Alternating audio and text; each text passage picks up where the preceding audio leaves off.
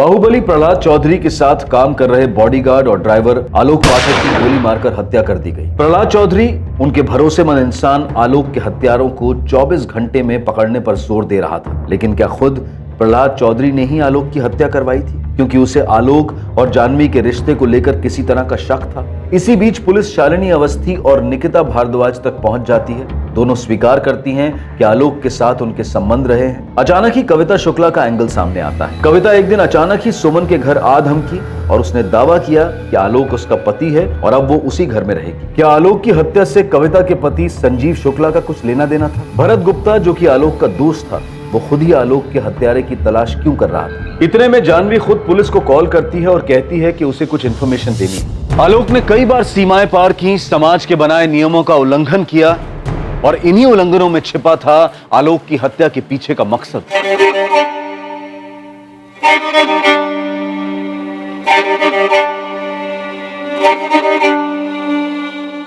9:30 बज रहे, हमारा कॉलेज 4:30 बजे खत्म होगा। उससे पहले हमें किसी भी हालत में वापस पहुंचना होगा। ठीक है, अंदर बैठो जानवी। ये बात किसी को पता नहीं चलनी चाहिए कि हम यहाँ तुमसे मिलने आए हैं। अगर ये बात किसी को पता चली कि हम यहाँ तुमसे मिल रहे हैं तो हमारे लिए बहुत बड़ी प्रॉब्लम खड़ी हो सकती है। बट हमसे भी ज्यादा प्रॉब्लम में होगी तुम। उम्मीद है तुम इस बात को समझती होंगी। गाड़ी आगे लो।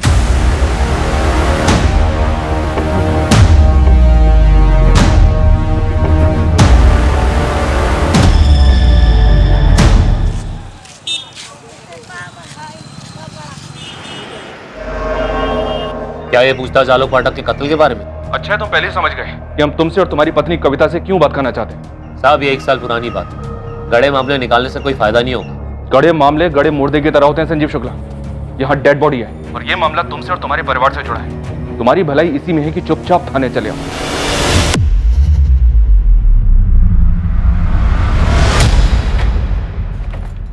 ये जो तुम और भरत मिलकर हमारे खिलाफ कर रहे हो ना, सब समझते हम। तुम्हारी साजिश कभी कामयाब नहीं होने देंगे, याद रखना। हम तुम्हारे तरह नहीं है, जो करते हैं सामने से करते हैं। क्या मतलब? क्या किए हम? रात के अंधेरे में गोली चलवाई ना, कायरों की तरह। तुम्हें क्या लगा हमें पता नहीं चलेगा? अरे गोली तो 1 साल पहले ही मार देनी चाहिए थी साले को। तुम्हें क्या इतनी हिम्मत? तुम तो छुपकर वार करते हो, गीदड़ों की तरह। तुमको अगर लगता कि हमें इसमें फंसाकर तुम खुद बार रंगरलियां मनाओगी तो एक बात याद रखना, अगर हम इसमें फंसे ना तुम्हें भी फंसाएंगे। शर्म औरत। अरे तुमसे ज्यादा खुददार तो पोठे वाली है। अच्छा, तो फिर इतनी आग क्यों लगी थी जब हम उसके हुए थे? असल में कविता वाला माजरा क्या है सुमन जी, जिसके बारे में आपने हमें बताना जरूरी नहीं समझा? ये मामला तो कब का खत्म हो गया था साहब, तो बताने का फायदा क्या होता? हम लोग तो भूल भी गए थे ये बात को और आगे बढ़ गए थे। सुमन जी मामला खत्म भी हो गया था तो ये तमाशा, ये बखेड़ा खड़ा कहां से हुआ था? हमको नहीं पता कि आलोक और कविता कहाँ मिले। उन दोनों के बीच कुछ चल भी रहा है इसकी भनक भी नहीं थी हमको साहब। वो तो एक दिन कविता अचानक आ धमकी घर पर। अरे हम तो भूल ही गए। प्रणाम। हम जानते हैं आप हमारी सासू माँ है। अब हम यहीं रहेंगे इसी घर में अपने पति आलोक जी के साथ। पर हो कौन तुम? कविता। पूरा नाम कविता पाठक, आपके बेटे आलोक पाठक की धर्मपत्नी। कविता ये क्या तमाशा है? घर जाओ अपने वापस। घर में ही तो है, हम यहीं रहेंगे, हम कहीं नहीं जा रहे। अरे निकालो इसको बाहर आलोक, पता नहीं कहां से आ धमकी है ये। अगर हम यहाँ से निकले ना तो सीधे पुलिस स्टेशन जाएंगे तुम्हारे खिलाफ रेप का केस करने। कह रहे तुमसे। कविता बखेड़ा खड़ा मत करो प्लीज, चली जाओ। अच्छा एक काम करते, हम छोड़ाते तुम्हें तुम्हारे घर, ठीक? छोड़ आते हैं मतलब? अरे हम हमारे ही तो घर में हैं, हम यही रहने वाले, हम कहीं नहीं जा रहे। और वैसे भी होटल में तुम कहते थे ना कि तुम्हें मुझसे प्यार हो गया है, हमारे बिना रह नहीं सकते, तो अब क्या हो गया? खत्म हो गया प्यार? कविता प्लीज ऐसा मत करो। तुम ऐसा मत करो आलोक, हमने कह दिया हम यही रहेंगे, हम कहीं नहीं जाएंगे, बस।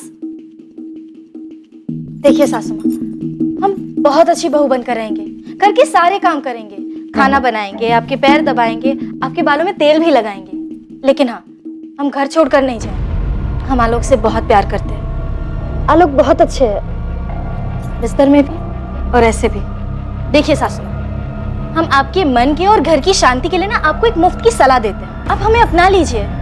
वैसे भी आपके पास और कोई चारा तो है नहीं। चौकड़ी मारकर बैठ गई घर में। और जब आलोक ने हमको ये बताया कि पहले से शादीशुदा है तो हमने तो होश उड़ गए साहब। हमको खुद समझ में नहीं आ रहा था कि कैसे पीछा छुड़ाए उस चुड़ैल से। क्या कर बैठे तुम आलोक? हम नहीं जानते थे कि हमारे ऐसे गले पड़ जाएगी। इतनी घिनौनी हरकत किसी और की पत्नी के साथ, शर्म नहीं आई तुमको? तुमको तो कहते हुए भी शर्म आ रही है। सोचा है कभी इसका परिणाम क्या होगा? बढ़िया है पिंकी के पति को सबक सिखाने, उसको पीटने चले थे और क्या भाषण दे रहे थे उसको, अपने दायरे में रहो और तुम्हारा कोई दायरा नहीं है। हम जानते हैं हमसे गलती हो गई है। अरे मती मारी गई थी तुम्हारी। धमकी दे रही है तुमको कि अगर उसको घर से बाहर निकाला तो बलात्कार का केस करेगी तुम पर। और अगर उसके पति को पता चला कि वो यहाँ बैठी है तो क्या होगा, सोचा है कभी? भैया 2 किलो चावल देना, बासमती, सबसे अच्छा वाला।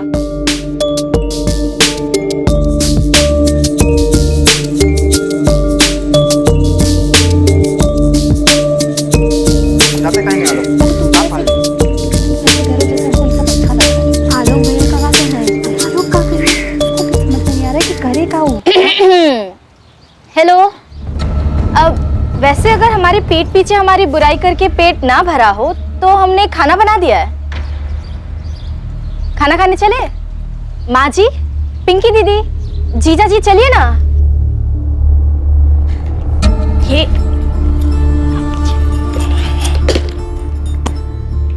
क्या माँ जी, 1 महीना हो गया, अब भी नाराज है? देखो हमको ये माजी बाजी मत कहो, अच्छा नहीं लगता हमको। अब माँ को माँ नहीं कहेंगे तो और क्या कहेंगे? कविता, जी आलोक जी। बवाल तो होना ही था साहब। अरे किसी और की पत्नी जबरन हमरे आलोक की पत्नी बनकर बैठी थी हमरे घर में बेशर्मों की तरह। कविता के पति संजीव शुक्ला को पता चला था? पता कैसे नहीं चलता? इतनी बड़ी बात छुपती है का साहब? पूरे गांव में काना फूसी होने लगी, बात उड़ते उड़ते पंचायत तक पहुंच गई थी। सुमन जी, आपका बेटा आलोक था गया। एक तरफ कविता, दूसरी तरफ शालिनी अवस्थी, निकिता भारद्वाज और तीसरी तरफ अपने मालिक की बेटी चांद। और हो सकता है और भी बहुत सारी हो जो अभी तक सामने नहीं आई है। हमको कुछ नहीं पता साहब। हम खाली कविता को जानते थे क्योंकि वो हमरे घर में जबरदस्ती आकर बैठ गई थी। पर हम आपको बार बार कह रहे साहब, हमारा बेटा बिल्कुल ऐसा नहीं था कि अपने मालिक की बिटिया पर गलत नजर डाले। इतने सारे एक्स्ट्रा मैरिटल अफेयर्स, क्या इनमें से ही कोई आलोक की मौत का कारण था? हर कहानी में कोई ना कोई असंतुष्ट था और शायद आलोक के खून का प्यासा भी। वहीं जानवी जो खुलासा करने जा रही थी वो एक और चौंकाने वाला सच था। अगर ये सोच रही हो कि आलोक का कत्ल हमारी वजह से हुआ है तो गलत नहीं सोच रही हो नेहा, क्योंकि हमारा भी यही मानना है। तुम्हारे पिता को तुम्हारे और आलोक के रिश्ते के बारे में पता चल गया था? ये किसने कहा? आलोक और हमारे बीच में कुछ नहीं था, कुछ भी नहीं। तो फिर तुम्हारे पिता को वहम हुआ होगा कि कुछ है तुम दोनों के बीच, क्योंकि हमें जानकारी मिली है कि तुम्हारे पिता आलोक से नाराज थे। आलोक ने ये बात उस औरत को बताई है जिसके साथ उसका अफेयर था। तुझ पे भरोसा किया, अपने बेटे से बढ़कर माना और तूने हमारी पीठ पे छुरा भोंक दिया। क्यों? हमसे बहुत बड़ी गलती हो गई मालिक। ऐसा नहीं है कि हमारा इरादा आपको धोखा देना था। तो क्या इरादा था? तुझे तनख्वाह मिलती है जानवी की हिफाजत करने की, गलती करने की नहीं। पूरा भरोसा किया था। तेरी बहन की शादी में हमने क्या क्या नहीं किया है? साला कितनी लड़कियों के साथ सोए हो हमें सब पता है। और वो कविता वाले मामले में हमने क्या क्या नहीं किया सब भूल गया तू? हमारी नाक के नीचे हमारी बेटी को। माफ कर दीजिए मालिक, हमसे गलती हो गई। अब आगे से ऐसा नहीं होगा। तूने आग में घी डालने का काम किया आलोक। हम कह रहे हैं हमसे गलती हो गई। निगाहें नीची कर। सोचते हैं कि अभी गोली मार दे तुझे, मार दे गोली।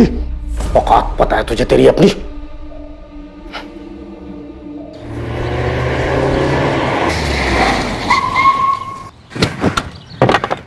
जानवी, हमने तुमको पहले भी चेतावनी दी थी ना। तुम्हें हमेशा गलती अपने सर पर लेने की जरूरत नहीं है, हम देख लेंगे। और ये क्या तुम पापा को हर बार सफाई देते रहते हो? हाँ, सबकी जरूरत नहीं है, प्लीज। हमने तुम्हारे पापा को कुछ भी नहीं बताया है। तुमने हमको तुम्हारे और तुम्हारे पापा के बीच की वफादारी के दलदल में झोंक दिया है। पहले भी कहा था दूर रहो इन सब से। आलोक और हमारे बीच में कुछ भी नहीं था, कुछ भी नहीं, क्योंकि यहाँ बात थी रवि की। रवि? ये रवि कौन है? रवि हमारा बॉयफ्रेंड है जिससे हम प्यार करते हैं।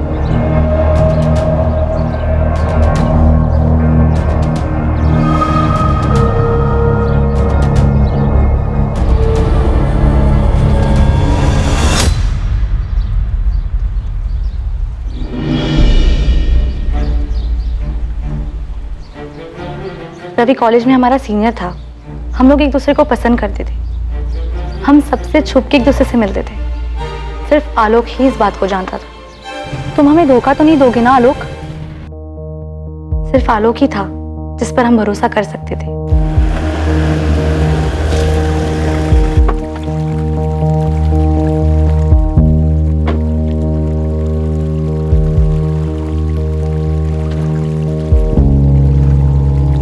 जानवी, तुम जानती हो रवि क्या है। हम तो सिर्फ तुमको समझा ही सकते हैं ना। हम बहुत प्यार करते हैं उससे। ना वो तुम्हारी बिरादरी का है, ना वो तुम्हारी हैसियत का है। ये बात तुम जितनी जल्दी समझ जाओ उतना अच्छा है। हमें फर्क नहीं पड़ता इन सब बातों से। ये जात, बिरादरी, हैसियत, ये सारी ना धक्कियानुसी बातें हैं और हम नहीं मानते इन सब में। पर तुम्हारे पापा तो मानते हैं ना, उनको तो फर्क पड़ता है ना। वो उसे कभी स्वीकार नहीं करेंगे और रवि तो ये सब झेल भी नहीं पाएगा। देखो, तुम पापा को कुछ नहीं बताओगे। तुमने हमसे वादा किया था। हम तुम्हें अपना भाई मानते हैं और इसलिए तुमको सब कुछ शेयर किया है हमने। तुम कुछ भी मानो, है तो हम नौकर ही, तुम्हारे भी और तुम्हारे पापा के भी। देखो, जब सही समय आएगा ना, तब तुम रवि और हमारी ना भागने में मदद कर देना। पापा मानते होंगे इन सारी धक्कियानुसी बातों में, पर हम नहीं मानते। हमने रवि के साथ कहीं दूर चले जाएंगे। तुम्हें क्या लगता है तुम्हारे पापा ने सिर्फ हमें हिदायत दी है तुम पे नजर रखने के लिए? एक ना एक दिन पकड़ी जाओगी, फिर क्या होगा? पहले रवि मारा जाएगा और फिर हम कहीं मरे हुए मिलेंगे। क्लास में ही थी या कहीं और? हम क्लास में ही थे। ठीक है, पूछ लूंगा। हमें तुम्हारी और रवि की बहुत फिक्र है। रवि बिल्कुल हमारे जैसा है, गरीब। उसके ऊपर भी परिवार की बहुत सारी जिम्मेदारियां हैं और वो सबसे भागकर सिर्फ तुम्हारे पीछे लगा हुआ है। 23 का है, 24 देख भी नहीं पाएगा वो, और इसकी जिम्मेदार तुम होगी। तुम तो जानती हो ना अपने पापा को। फिर मदद करो हमारी भागने में। कहाँ जाओगी भाग के? तुम्हारी किस्मत में ना बड़े घर में पैदा होना लिखा है, वहां से निकल पाना नहीं। और मान लो तुम भाग भी गई तो आज नहीं तो कल पकड़ी जाओगी। रवि को वो लोग स्वीकार नहीं करेंगे। छोड़ दो रवि को, उसकी जान बच जाएगी। तुम तो किसी न किसी तरह जी लोगी और तुम्हारे घर वाले रवि को जीने लायक भी नहीं छोड़ेंगे। रवि कहाँ है? हमें नहीं पता। आलोक ने हमसे कहा था कि उसने हमारे पापा को कुछ नहीं बताया, पर लगभग 1 महीने बाद ही रवि का कुछ पता ही नहीं था। हमें खुद आलोक से पता चला था कि रवि अपने परिवार के साथ कहीं चला गया है। तो क्या तुम्हारे पिता ने रवि को मरवाया? हमें नहीं पता, हम ये सब नहीं जानते। हम बस इतना जानते हैं कि हमारे पापा को पता चल गया था कि आलोक हम दोनों के रिश्ते के बारे में जानता था। आलोक हमें कभी धोखा नहीं दे, वो तो बस अपना वादा निभा रहा था। और रही बात हमारे और आलोक के रिश्ते की, तो हम सिर्फ अच्छे दोस्त थे। हमारे इतने करीब रहकर भी हमेशा हमसे दूरी बनाए रखता था। उस दिन जब हमें छोड़ने आया रात को, उस वक्त पापा ने जिस अंदाज से हमें कहा पूछ लेंगे, तब हमें लगा कि कुछ तो गड़बड़ है। शायद उस वक्त तक पापा ये तय कर चुके थे कि वो आलोक को मार देंगे। माँ जी, रवि जानवी बीवी की जिंदगी से हमेशा के लिए चला जाएगा, लेकिन हमें सावधान रहना होगा। रवि के जाने का ये कतई मतलब नहीं कि कोई दूसरा रवि जानवी बीवी की जिंदगी में नहीं आ सकता। आप उस आलोक के लिए कुछ ज्यादा ही भावुक हो रहे हैं। मानते हैं उसको औलाद से ज्यादा आप सम्मान दिए, प्यार दिए, लेकिन है तो वो नौकरी ना। भाई जी, माफ कर देने वाली गलती नहीं है उसकी, दंडनीय अपराध है। और मान लीजिए अगर हम लोग माफ कर दें, क्या गारंटी है कि दोबारा ऐसा नहीं करेगा वो? अगर दांत में कीड़ा लग जाए तो दांत को उखाड़ देने में भलाई है, इससे कम से कम दूसरा दांत तो सुरक्षित रहेगा। नौकर को बगल में बिठाने का सम्मान देख लिए आप। आलोक को मारना पड़ेगा, अब वो भरोसे लायक नहीं रहा। जानवी खुद चलकर पुलिस को सारी सच्चाई बताने सामने आई, लेकिन जो जानवी ने कहा क्या वही सच था? क्या वैसा ही हुआ था जैसा जानवी ने बताया? सर, अब इस प्रहलाद चौधरी से बात करनी चाहिए। उसने तो फोन करके खुद कहा है कि वो हमसे बात करने के लिए तैयार है। सर, वो मनगढ़ंत कहानियां सुनाएगा। उसके सामने रवि का जिक्र करके उसे एक झटका देते, उसे अंदाजा भी नहीं होगा कि हमें रवि की सारी कहानी पता है। मुझे तो यकीन है कि उसी ने रवि को मरवाया होगा, और शायद उसके परिवार को भी। और हो सकता है आलोक को इस बात का पता चल गया होगा, तो सारी कहानी को दबाने के लिए उसने आलोक की भी हत्या करवा दी। और ये आलोक की माँ सुमन जो किस्सा बयां कर रही है, वो भी कम अजीब नहीं है। मतलब कोई शादीशुदा औरत किसी दूसरे आदमी की पत्नी होने का कैसे दावा कर सकती है?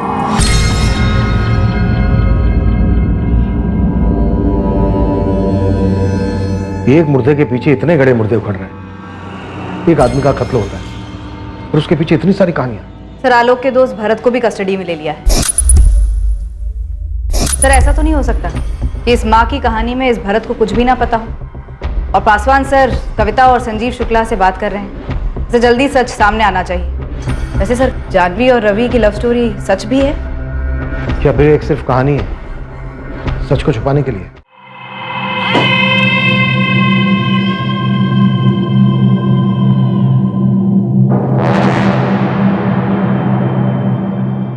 अरे हम जब कहे कि हम खुद आते हैं तुम्हारे पास इंस्पेक्टर, तो तुमने मना कर दिया। अब क्या जरूरी काम आन पड़ा? हाँ, क्योंकि अचानक ही एक रात को आपके सबसे चहेते वफादार मुलाजिम आलोक की हत्या हो गई। कड़ियां जोड़ रहे थे अब तक हम प्रहलाद जी, अब जुड़ चुकी हैं। आप खुद ही आ जाएंगे तो बेहतर रहेगा। अब क्या पता लग गया घनश्याम इनको? कुछ समझ में नहीं आ रहा भाई जी। साला ये इंस्पेक्टर को तो तेवर ही बदल गए हैं। जरा पता करो रवि कहाँ, कहीं उसने तो मुंह नहीं खोल दिया।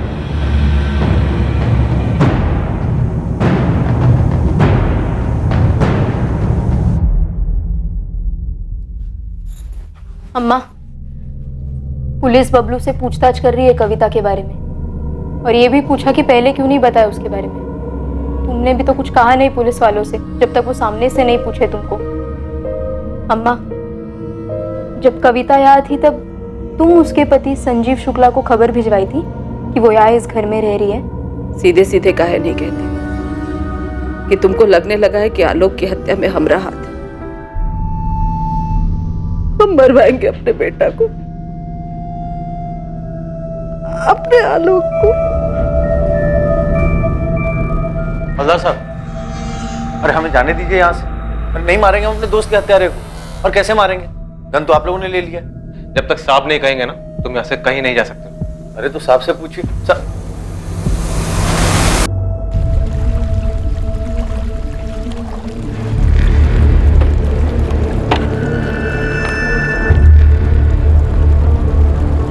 दोस्ती का मतलब समझते हो तुम? इतना समझते हैं कि संजीव शुक्ला को हम संभालें। जान लेना चाहता था तुम्हारी, मुआवजे की रकम कम करवाए, वरना जो तुम कविता के साथ कर रहे थे ना, भगवान भी उसके लिए तुमको माफ नहीं करेगा। तुम क्या कर रहे हो? बाप बनना चाह रहे हो हमारे? उसे तो मरना ही था सर, तो मर गया। अरे उसे तो बहुत पहले मर जाना चाहिए था। गलती कर दी जो पहले छोड़ दिया उसे। क्यों? 1 साल बाद तुम्हारी पत्नी के साथ फिर से रिश्ता जोड़ रहा था। इनसे क्या पूछ रहे सर, हमसे पूछिए ना। क्या खिचड़ी पक रही थी तुम दोनों के बीच? अरे किसी एक के साथ खिचड़ी पका रहा हो तो कुछ बताया ना सर। कहीं भी मुंह मारने चला जाता था सर। और जितना बड़ा कभी ना वो था ना, उतनी बेशरम ये है। उसकी अय्याशियों से इसको कुछ फर्क नहीं पड़ता। लीच की तरह चिपकी हुई थी आलोक के साथ। तो पंचायत लेकर क्यों आए थे हमें ले जाने? इतनी बेशरम है तो छोड़ दो हमको।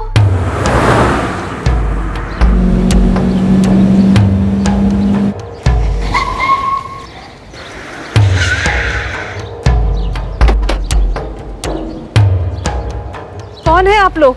अरे कविता को बुलाई ना। कविता, कविता चलो। छोड़ो। नौटंकी कम करो। सामान बांधो, निकलो यहाँ से। तुमको ऐसा सबक सिखाएंगे ना। चल सामान उठाओ, चलो। चलाओ गोली, हमको तुम्हारी बंदूक से डर नहीं लगता। कविता चुपचाप जाओ यहाँ से, तुम्हारा पति तुमको लेने आया है। हाँ माँ जी, वाह, अब समझे हम। ये आप सबकी मिली भगत है हमें इस घर से निकालने के लिए। कविता निकलो यहाँ से, बहुत हुआ तुमरा। कविता चुपचाप सामान उठाओ, चलो।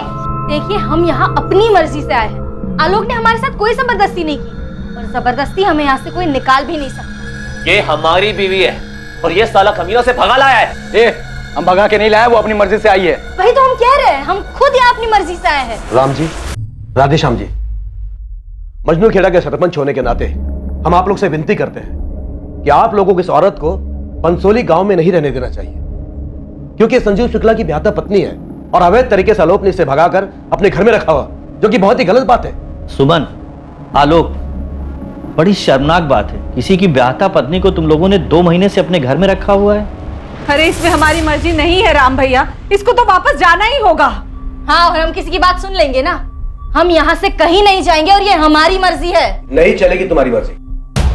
हर संबंध की एक मर्यादा होती है। तुम अपनी पति पत्नी के संबंध का सम्मान करो। अगर आज ये हमारे साथ घर नहीं चली तो आलोक और उसके पूरे खानदान को खत्म कर देंगे, बता रहे। संजीव शुक्ला, बंदूक हमारे पास भी और गोली भी। हमारे परिवार की तरफ नजर उठाने की कोशिश भी मत करना। साला तुम्हारी तो ऐसे ही तैसे साले अगर आज कविता हमारे साथ घर नहीं चली है तो हम इसको यही खत्म कर देंगे। संजीव शुक्ला, तुमको अपनी पत्नी के साथ जो करना है करो, लेकिन हमारे बेटे की तरफ आंख उठा के मत देखना। चलाओ चलाओ, गोली चलाओ। नहीं, अंदर करो। कविता शुक्ला कविता पाठक कैसे हो सकती है? संजीव शुक्ला की ब्याहता है ये, और इसी के साथ तुम्हें लौटना होगा। और हाँ, आलोक पाठक को लिखित में देना होगा कि अब उसका संजीव शुक्ला की पत्नी के साथ कोई वास्ता नहीं है और ना ही वो कभी उसे मिलने की कोशिश करेगा। हाँ, आलोक पाठक और उसकी मां सुमन पाठक ने भी मर्यादा का उल्लंघन किया है, विवाह की पवित्र परंपरा का अपमान किया है, एक औरत को अपने घर में रखा, ये जानते हुए भी कि वो संजीव शुक्ला की ब्याहता है। इसने हमको धमकी दी थी कि हमारे बेटे को बलात्कार के केस में फंसा देगी। हाँ, तो ये बात उस वक्त तुम्हें सबके सामने आकर पंचायत को बतानी चाहिए थी। उस वक्त क्यों नहीं बताई तुमने? हरजाने के तौर पर आलोक पाठक संजीव शुक्ला को 2 लाख रुपया देंगे और साथ में लिखित माफीनामा भी। और अगर हम कहें कि हम संजीव शुक्ला के साथ नहीं जाना चाहते तो? इसमें हम कुछ नहीं कर सकते। अपने माता पिता से बात करो, कानून का दरवाजा खटखटाओ। पंचायत आपसी मामले निपटाती है, कानूनी नहीं। नहीं नहीं नहीं, हम इतनी बड़ी रकम नहीं दे सकते, हमारी हैसियत ही नहीं है इतनी, हमारे बेटे की आमदनी नहीं है इतनी। सरपंच जी, ये तो जाती है। अरे तो बहुत मामूली सजा है, अभी चुपचाप हमें हजारे के पैसे दो और हमारी बीवी का पीछा छोड़ो, समझे? ये मामला सुलझ गया है। आलोक पाठक संजीव शुक्ला को जो 2 लाख रुपया नहीं दे पाते तो हम पंचायत की ओर से और भी कड़ी सजा सुनाएंगे। पंचायत स्थगित की जाती है, बस। कविता, चले जाओ, हम तुमसे कह नहीं रहे हैं, विनती कर रहे हैं। डर गया आलोक? माँ को इतनी तकलीफ में नहीं देख सकते हैं। और हमें तकलीफ में देख सकते हो? याद है आलोक, तुमने हमसे कहा था कि तुम हमें कभी धोखा नहीं दोगे। धोखे में तो हम दोनों थे। तुम अपने पति को धोखा दे रही थी और हम अपने परिवार को। चले जाओ, हम पंचायत को लिखित में दे देंगे कि अब हमारा और तुम्हारा कोई वास्ता नहीं। देख यार संजीव, तुम्हारा दोस्त जरूर है पर हमें तुम्हें कोई फर्क नहीं है। एक बार हमारे लिए बात करने की कोशिश तो करो उससे। बहुत बौखलाया हुआ है और 2 लाख से तो एक दमड़ी कम नहीं लेगा। अरे इतने पैसे तो है भी नहीं हमारे पास, कुछ कर यार, वरना ये पंचायत हुक्का पानी बंद करवा देगी और अम्मा बर्दाश्त नहीं कर पाएगी। तुम्हें दायरा नहीं तोड़ना चाहिए था लोग। अब तो हो गई ना गलती, टूट गया दायरा, अब क्या? अब पता नहीं, संजीव तो वैसे मानेगा नहीं, लेकिन बात करके देखते हैं। देखा लोग, हम तेरी हालत समझते हैं, इसमें कविता की भी कोई गलती नहीं है, वो भी तुमसे प्यार करती है। अब शादीशुदा है तो उसमें उसकी क्या गलती है?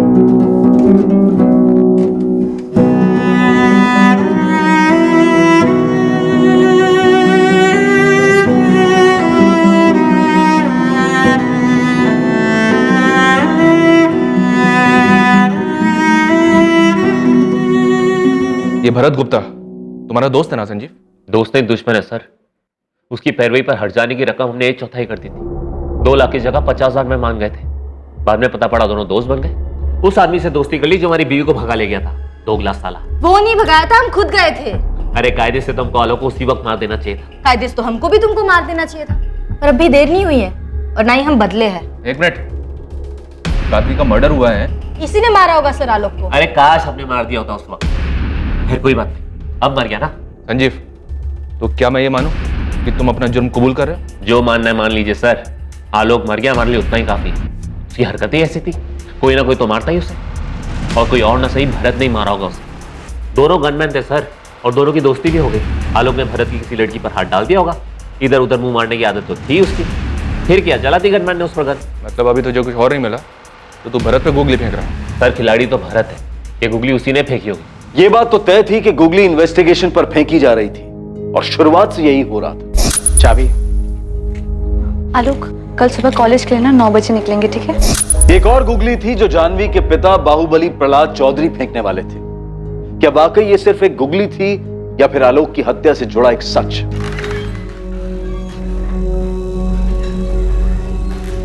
पूछो क्या पूछना है। सारे जवाब सोच के आए होंगे आप तो। समय बर्बाद मत करो, बहुत कीमती समय होता है हमारा, समझे? देखो भरत, तुम आलोक के दोस्त हो लेकिन हमारे शक के दायरे से बाहर नहीं हो। हमारी नजर है तुम पर। आलोक को मारकर हमें क्या मिलता? मिला भी क्या? मिला भी क्या मतलब? आलोक के मरने से क्या मिला? दोस्त था वो हमारा।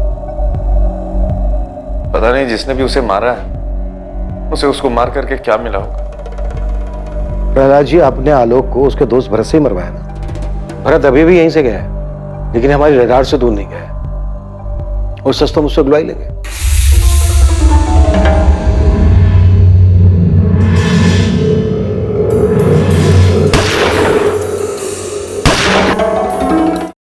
यही हुआ था, है ना? नौटंकी कर रहे हो तुम।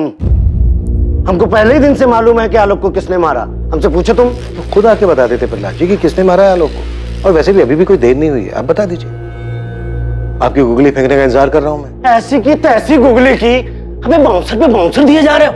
हमारा नाम जबरदस्ती घसीट रहा है ऐसे मामले में जिससे हमारा कोई लेने का देना नहीं है। और ये साला इंटरनेट लोग थू कर रहे हैं कि प्रहलाद चौधरी का हाथ है इस केस में।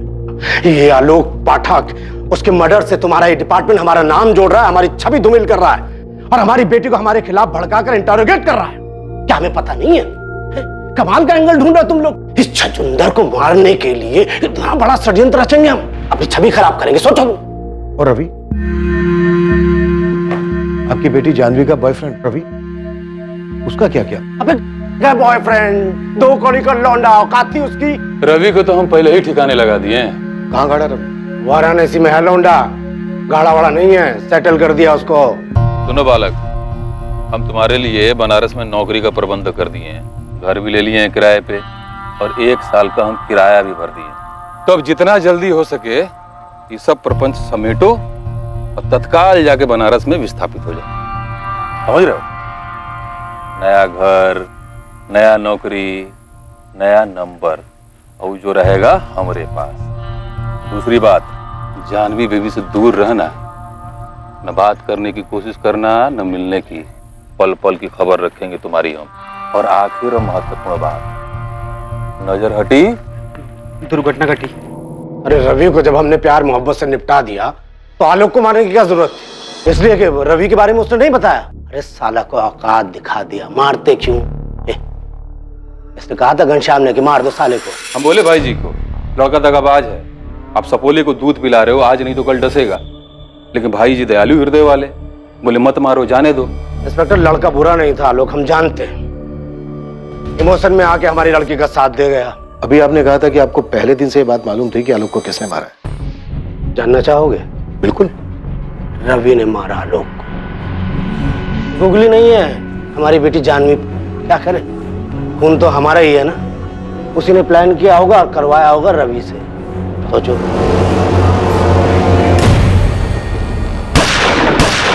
रवि को उकसाकर आलोक का मर्डर करवाया और आपके शक के घेरे में आ गए हम। आप लोग तो बड़ा कह रहे थे ना कि जानवी से बात करनी है, जानवी से बात करनी है। जानवी खुद आई थी चल के आपके पास और रवि की कहानी सुना के आपसे सहानुभूति ले ली और हमें बना दिया विलन, जो आपकी नजर में हम पहले से ही। असल में ये जानवी की चाल थी, हमारा पत्ता साफ करके रवि के साथ धो लेती। इतना सीरियस होने की जरूरत नहीं है इंस्पेक्टर। ये था गुगली, असली वाला गुगली जो हमने जानबूझ के फेंका। तुम लोग हवा में तीर फेंक रहे हो, असली मुजरिम से दूर कहीं और भटक रहे हो। हैं? मेरा और मेरी बेटी का इस मर्डर से कोई सरोकार नहीं है। चले। कमाल भाई, तो आपने तो पहले ही दिया उन लोगों को। क्या कहानी सुनाई, प्राउड ऑफ यू। ज्यादा प्राउड फील मत करो, जरा पता करो ये कहानी सच ना हो जाए।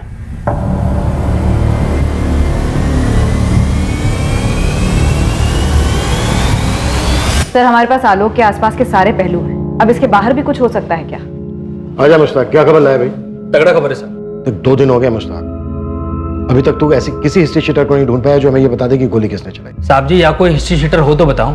तो फिर गोली किसने चलाई? माँ ने, बहन ने, जीजा बबलू ने, या फिर खुद उसने अपने आप पर? बबलू को अंदर कीजिए साहब, और साइड में पिंकी को भी इंक्वायरी के लिए बुला लीजिए। असली हिस्ट्री वहां मिलेगा आपको। वहां क्या हिस्ट्री है, खुल के बोलना। साहब, पिंकी और उसकी माँ में जबरदस्त अनबन है। खुद उसकी माँ उसके पीछे पड़ी थी कि वो अपने पति बबलू को छोड़ के भरत से शादी कर ले। भला कोई माँ ऐसा कर सकती है? तो इसमें आलोक क्यों मारा गया? हो सकता है साहब कि आलोक इस बात के खिलाफ। आलोक की मौत का मकसद परिवार में ही कहीं छुपा था, एक करीबी रिश्ता जो रिश्तों की मर्यादाओं को पार कर गया। और इस बात का इन्वेस्टिगेशन कर रहे पुलिस अधिकारी कभी अंदाजा भी नहीं लगा सकते थे। आलोक का पूरा परिवार इन्वेस्टिगेटिव टीम की रडार में था और जो सामने आने वाला था वो एक बहुत ही महत्वपूर्ण कड़ी थी जो इससे पहले इन्वेस्टिगेशन के दौरान अब तक जुड़ नहीं पाई थी। हाँ, ये बात सच है कि अम्मा हमको बबलू को छोड़ के भरत से शादी करने को बोल रही थी। तुम्हारी माँ ने ऐसा क्यों कहा? क्योंकि बबलू हमारे साथ मारपीट करता था।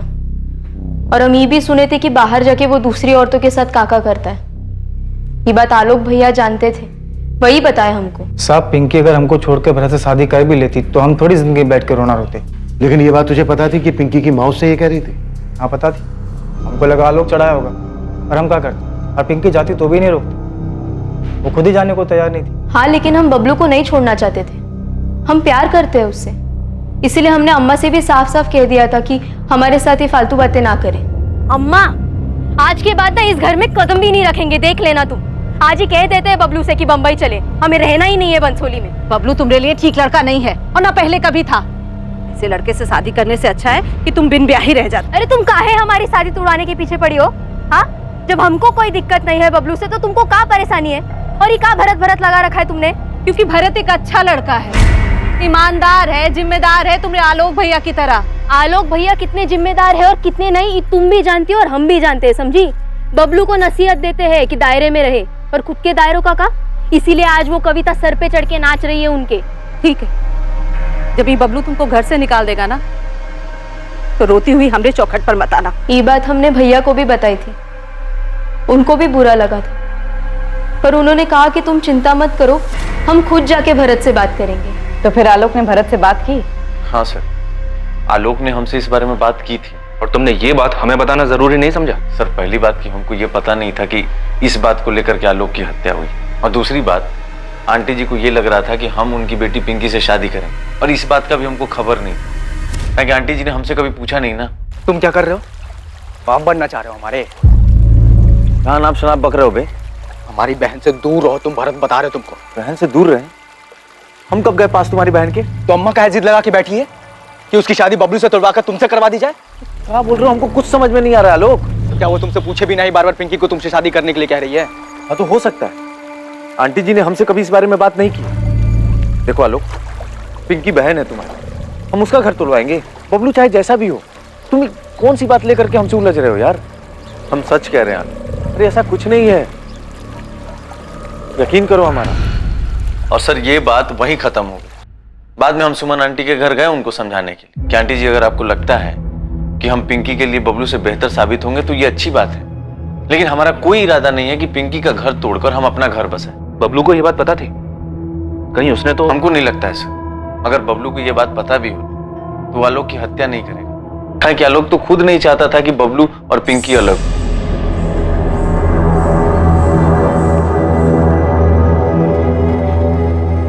बबलू, आलोक भैया ना अम्मा से झगड़े होंगे और उनसे कहा होगा कि हमारी जिंदगी में दखल अंदाजी ना करें। तो क्या इतनी सी बात पे अम्मा जी आलोक को मरवाए होंगे? हमें नहीं पता, पर हमारी कुछ पिछले 4 महीने से भरत ने आलोक को कोई कॉल नहीं किया, और इसके पहले लगभग ये लोग हर रोज बात करते थे। अच्छा, जब हमने आलोक के कॉल रिकॉर्ड्स निकाले थे तो उसमें भरत का कोई अता पता नहीं था, राइट? राइट सर, क्योंकि हम सिर्फ पिछले 3 महीनों के कॉल रिकॉर्ड्स देख रहे थे, और इनकी बातचीत बंद हुए तो 4 महीने हो चुके। दरअसल इसका पता हमें खबरी मुश्ताक से लगा। भरत का कहना है कि उसके और आलोक के बीच सब कुछ सुलझ गया था। क्या कारण हो सकता है कि 4 महीने तक दोनों ने आपस में कोई बातचीत नहीं की? ना भरत ने आलोक को कॉल किया, ना आलोक ने भरत को कॉल किया। कैसी दोस्ती थी ये? अजीब है। जी हाँ सर, मुझे भी अजीब लगा। बस ये बात वहीं खत्म हो गई। हालांकि हम बाद में गए आंटी जी से मिलने के लिए उनके घर, हमने उनको समझाया कि आंटी जी, अगर आपको लगता है कि हम पिंकी के लिए बबलू से बेहतर साबित होंगे तो ये अच्छी बात है, लेकिन हमारा कोई इरादा नहीं है कि पिंकी का घर तोड़कर हम अपना घर बसाएं। भरत और आलोक के बीच कभी कुछ सुलझा ही नहीं था। ये भरत ही आलोक का कातिल है।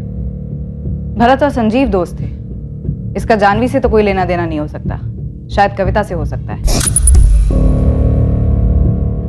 इनको जम के तोड़ते हैं सर, बहुत हो गया घूमना घुमाना। कविता का इस मामले से कोई लेना देना नहीं है। सुमन पाठक के कॉल रिकॉर्ड्स निकलवाओ। सुमन पाठक? यस। आपको लगता है उसने अपने बेटे को मरवाया? सुमन पाठक ने हमें कविता के बारे में कुछ नहीं बताया, और न ही अपने बेटे आलोक के दोस्त भरत के बारे में कुछ बताया। क्यों? क्योंकि वो उसे बचाना चाह रही है। इतनी बड़ी और जरूरी बात सुमन पाठक ने हमें आसानी से नहीं बताई, जबकि बतानी चाहिए थी। आखिर उसके बेटे के मर्डर का मामला।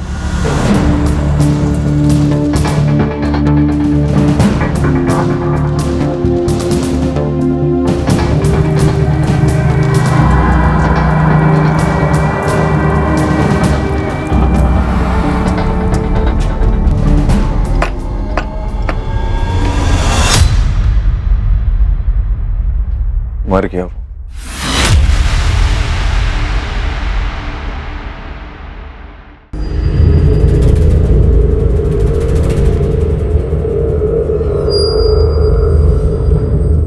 आलोक के कॉल रिकॉर्ड से पता चला है कि पिछले 4 महीने में तुम्हारे और आलोक के बीच कोई बातचीत नहीं।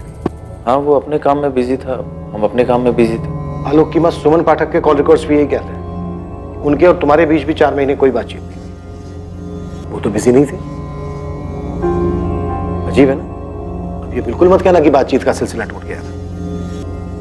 भरत पिंकी को लेकर तुम्हारे और आलोक के बीच सब कुछ सुलझ गया था, ये तुम्ही ने कहा था ना। अब पहेलियां मत बुझा, सीधा मुद्दे पे आ। 4 महीने तक कोई बातचीत, फिर अचानक 12 जून को 9:45 पर मैसेज जाता है पहला। 9:45 से 10:05 तक 4 मैसेज जाते हैं तुम्हारे फोन से सुमन पाठक के फोन पर, और 4 ही मैसेज सुमन पाठक के फोन से तुम्हारे फोन पर आते हैं। हम हत्यारे और उसके मकसद को हर जगह तलाशते रहे, और वो तो हमारे सामने था।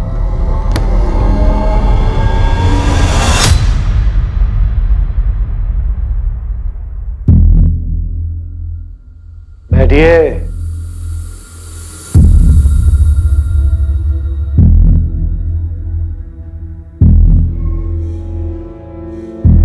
भरत आलोक का मर्डर तूने ही किया, ये पता है, और शायद मुझे मोटिव भी मालूम है, लेकिन ये बात मैं तुम दोनों के मुंह से सुनना चाहता हूं।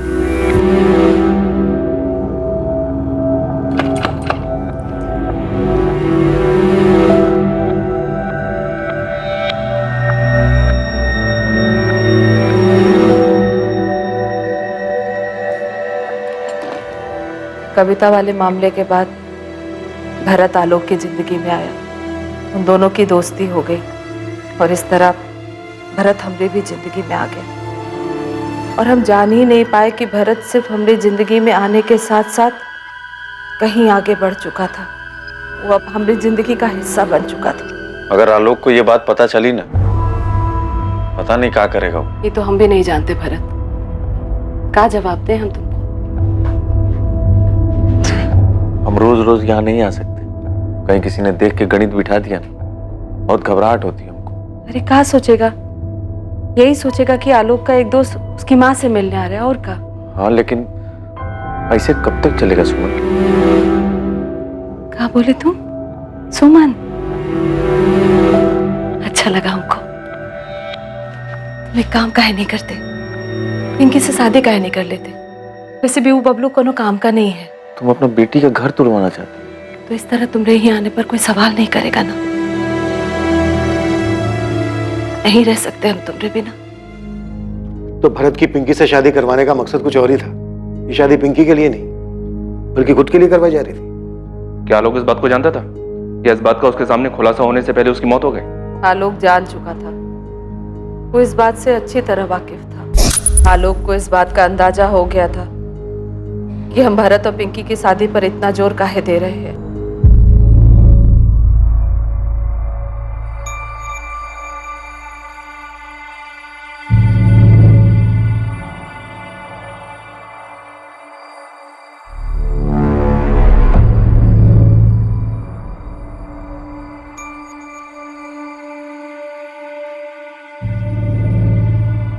तुम क्या कर रहे हो? बाप बनना चाह रहे हो हमारे? कहाँ नाप शनाप बक रहे हो बे? साले रोज दोपहर को तेरी बाइक हमारे घर के आगे खड़ी रहती है। हमारी हिम्मत नहीं होती खिड़की से अंदर झांकने की, काहे कि हमारी अम्मा है, वो हमारी अपनी एक मर्यादा है। तो इसका मतलब ये नहीं कि हमको पता नहीं अंदर क्या चल रहा है। हमारी और हमारी अम्मा की जिंदगी से दूर चले जाओ, नहीं तो साले हम जेल चले जाएंगे, फांसी पे चढ़ जाएंगे, लेकिन तुमको जिंदा नहीं छोड़ेंगे। चले जा। आजा, ये अपनी शक्ल भी मत दिखाना, और हमारी अम्मा की शक्ल देखने की कोशिश भी मत करना। आया समझ? समझ गया।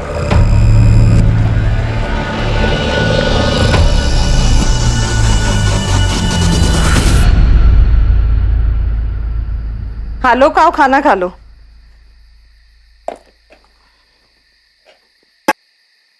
आलोक आओ, खाना खा लो बेटा। हम जानते हैं तुम भरत और पिंकी की शादी पर इतना जोर काहे दे रही थी। तुमको जरा भी शर्म नहीं आई?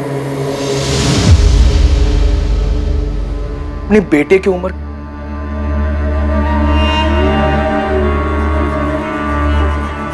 तुमने हमारे बारे में नहीं सोचा? पिंकी को पता लग गया तो? लोगों को पता लग गया तो हम बाहर किस मुंह से जाएंगे? ना हमारे बारे में सोचा, हमें कहीं का छोड़ा। आज के बाद भारत यहां कभी नहीं आएगा और न तुम मुझसे कभी मिलोगी। जब हमारे बेटे ने बार बार हमसे कहा तुमको शर्म नहीं आई माँ, तो हम क्या करते? उस वक्त हमरे कुछ कहने से उस पर कुछ असर होने वाला था का? हमको पता ही नहीं था कि हम ये बात आलोक से कैसे कहते। जब वो हमरे गोद में आया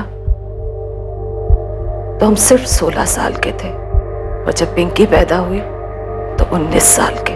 हम ये बात कैसे कहते उससे कि हम उन दोनों की मां होने के साथ साथ एक औरत भी तो थे। हाँ, हमको शर्म आती थी साहब, बहुत शर्म आती थी, फिर क्या करते? जब शर्म के आगे शरीर की जरूरत आ जाए तो खुद को रोकना बहुत मुश्किल हो जाता है। हमने अपने अंदर की नैतिकता की हत्या कर दी थी, पर चाहते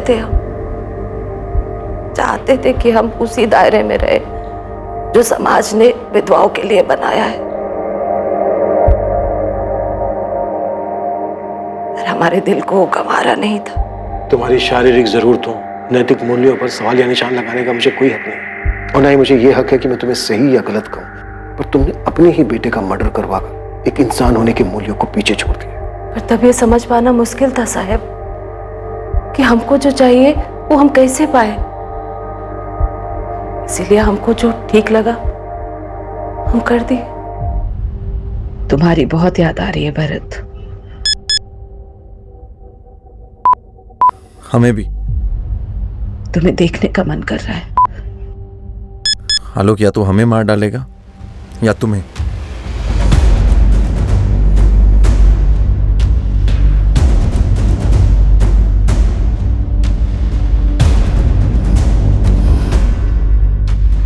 तो तुम मार डालो आलोक को, मार डालो उसे।